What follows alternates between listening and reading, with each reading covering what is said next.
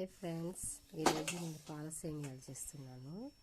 ముందుగా బాండ్లు పెట్టుకొని ఒక స్పూన్ నెయ్యి వేసుకోవాలి. నెయ్యి వేసిన తర్వాత ఒక పాలు బాగా కాగని పెట్టుకోవాలి పక్కన. తర్వాత దీంట్లో జీడిపప్పు కొంచెం తీసుకొని ఎర్రగా వచ్చే వరకు బాగా వేయనేయాలి.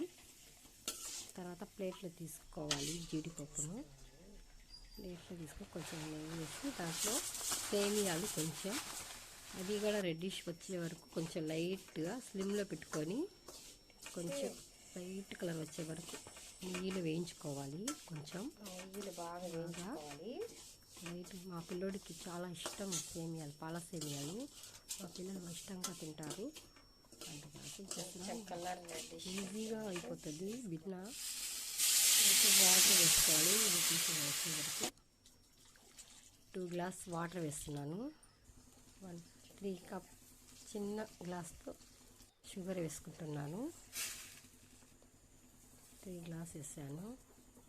షుగర్ వేసి కొంచెం పాలు అప్పుడు పాలు వేసుకొని వైట్ కలర్లో వస్తాయి సేమియాలు. వైట్ కలర్లో వస్తే బాగా కొంచెం సేపు ఒక 5 మినిట్స్ చాలు, మరీ ఎక్కువసేపు వద్దు. తర్వాత జీడిపప్పులా అది వేసేయాలి. జీడిపప్పు వేసిన తర్వాత ఖీర్ కుర్మాలాగా వచ్చిందా వైట్గా, అంతే. కొంచెం సేపు మూత పెట్టుకొని ఒక 5 మినిట్స్ దాల్చిన చెక్క కొంచెం స్మెల్కి ఇష్టమైతే వేసుకోండి.